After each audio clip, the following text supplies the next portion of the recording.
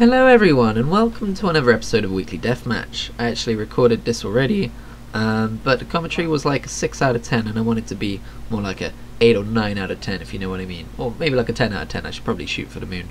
And we're going to the moon pretty soon, but we'll get to that soon enough. But first I want to say that I've been practicing, well not practicing, but I've been playing Crucible with different guns, different loadout this week. And that would be the Jade Rabbit. And that would be a shotgun, Wishbringer. I don't know if Wishbringer is any good, but I just felt like I needed a shotgun because I was using a pulse rifle before, and I was having really bad games with that combination. I think it's just because I had no short range solution, and people kept running up to me and smacking me in the face, which is quite rude. Don't do that in real life. And so ever since I've switched to this combination, it's been pretty good. Also, I'm using exotic, the name of which I've forgotten, which makes my reload speed faster, makes my gun handling faster, that kind of thing, so I can swap to my shotgun a lot more quickly, which should give me an edge in a lot of fights. So yeah, that's what I've been doing in Destiny. I've just been enjoying Crucible. I haven't really been doing any PvE content or anything like Gambit or anything like that. I've literally just been playing Crucible, partially because I'm excited for Halo Reach to finally come out on PC, which I've talked about before, but also because I'm excited for Shadowkeep coming out soon, which I've also talked about before, but we'll get to that in a bit. Firstly, I want to mention that this week I've been retrofitting my DVR clips channel into more of a live stream video on demand channel, because I don't have any more DVR clips lined up. They were scheduled a year in advance, but eventually I decided to just keep all of my DVR clips and mash them together into videos, like shenanigans videos, like adventures in videos. By the way, I accidentally selected my rocket launcher there. So yeah, I've decided to change it into a VOD channel, and that's going pretty well. It's surprising the amount of work it takes. I thought it'd be pretty simple, just redirect my VODs from one channel to the other, but actually I was like, I should probably go through and change all the playlists which auto add videos with certain titles in them, so that I don't have a playlist full of Starbound 30-second clips that then suddenly starts including, you know, 2-hour live streams that I've done instead. So there's that. Also, just kind of like thumbnails. I've got to make sure I'm swapping between channels and adding thumbnails to videos. Highlights aren't going to have thumbnails, just because that's way too much work. But normal VODs will have thumbnails. It would just be like the game art or something, or like for the World of Warcraft one, it's my character, so there's that. And yeah, it's just nice to go and have all of that stuff in one place, really. It is a bit awkward that I've done it in the middle of the LEGO Star Wars series, but otherwise I would be waiting for ages because I schedule those as daily videos. And I'm going to have to look into maybe speeding that up a bit, because I want to do my next live stream series soon enough when I finish that, and I don't want to have the same situation that my DVR channel did, where I was scheduling videos a year in advance. Speaking of my next streams, the next stream through game, because I'd say we're probably about halfway through LEGO Star Wars now, but I do have the next game in mind that I want to play, and that's Doom, the 2016 Doom, on PlayStation 4, and that's for a few reasons. I own it on PC already, but I can't run it very well. It's, I don't know, it was a pretty intensive game for its time, and my PC was built around that time as well, so, and it's not the most high-end PC in the world, it's kind of mid-range. I've got a 960, got an i5, and I am severely lacking in VRAM, so that's what I'm running with. That's roughly what I'm running with, and Doom wasn't very kind to that setup. I either have to play it with lots of lag spikes or play it while it looks like muddy ass. Is the only reasonable way to explain that. So I want to play it on PS4 where it's kind of optimized for that console, but also I'm going to be buying Doom Eternal on PS4 for similar reasons that I just said. I won't be able to run it, so I want to get used to playing it on PS4, but also I just want to stream through it because it is an amazing game, and I've never finished it. I've gotten close. I think I was like a few levels away on my first playthrough and like maybe 1 or 2 levels away on my second playthrough. I came back from hell. I actually don't know how far through the game that is, but I'm pretty sure it was near the end, so there's that to do. So after I finish LEGO Star Wars, I'll be launching into Doom, and that'll be a lot of fun. And then I don't know if I'll stream Doom Eternal. I'll make that decision closer to the time, because I'm yet to do a blind stream through. I mean, I'm yet to finish a stream through. I'll probably be streaming some LEGO Star Wars later today, just to try and speed that up a little bit. I'm still enjoying playing it though. It's not like it's a chore to do.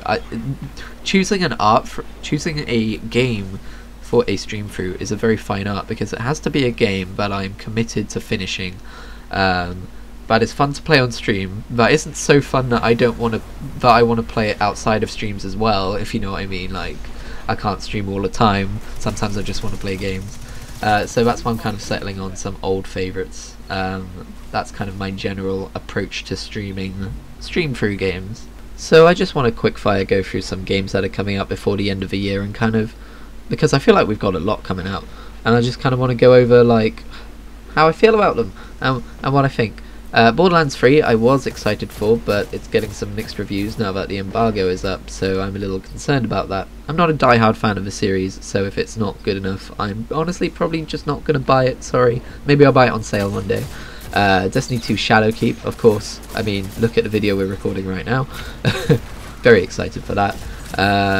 Apparently they're rebooting Grid or something, but I don't know about that. It depends if it's going to be simmy or arcadey.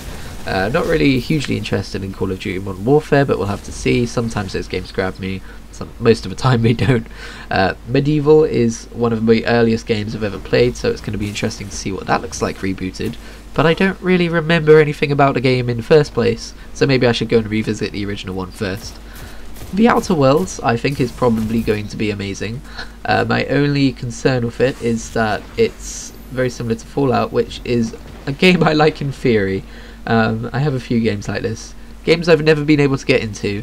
Games I've never been able to spend more than a few hours in, or maybe 1 or 2 play sessions in, before getting distracted by something else. Fallout 3 was like that. I've never tried New Vegas, these are the people who made New Vegas, so who knows. And Fallout 4 was like that multiple times as well.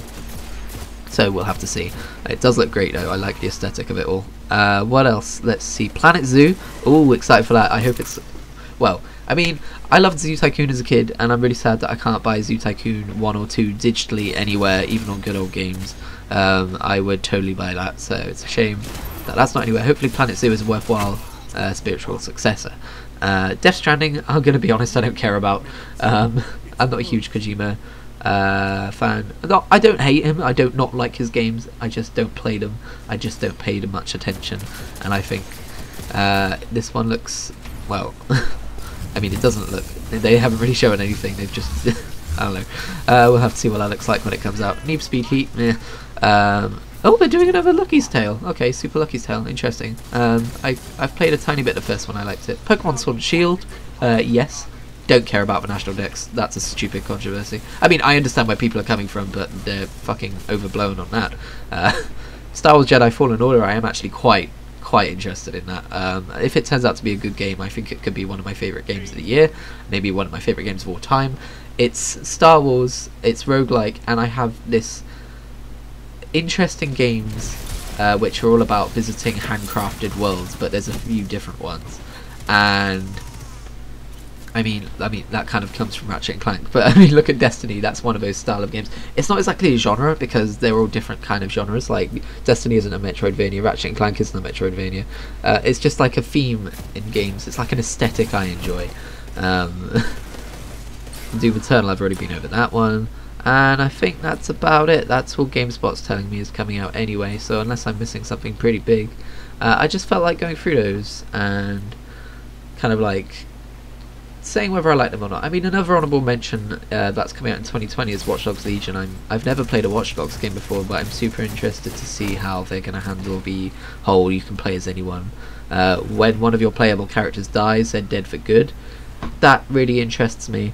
The only other game I can think of that's really done that is State of Decay, but I'm not really into zombie narratives in general, so I found I had a tough time getting into that game, but I'm really interested to see it in more of a GTA style setting, see what Ubisoft does with it. I know Watch Dogs 1 was ass, but apparently Watch Dogs 2 was really good, so hopefully it's more Watch Dogs 2 than Watch Dogs 1. Also, it's set in post-Brexit London, and I'm all for games being set in England. Don't know about post-Brexit, that seems weirdly close to actual events that are already happening. Like, if it was 10 or 20 years later this game was being made, sure, I get that. But I mean, like, it just seems like a weird thing to do that and then say, oh, but we're not being political. It's like, well, what the fuck is this story even going to be then? By the way, it's just occurred to me that I have a really stuffy nose and it may be whistling or making some other gross noises.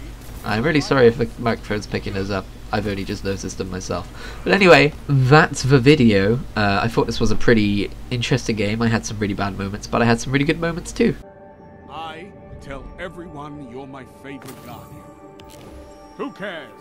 You fight like an animal.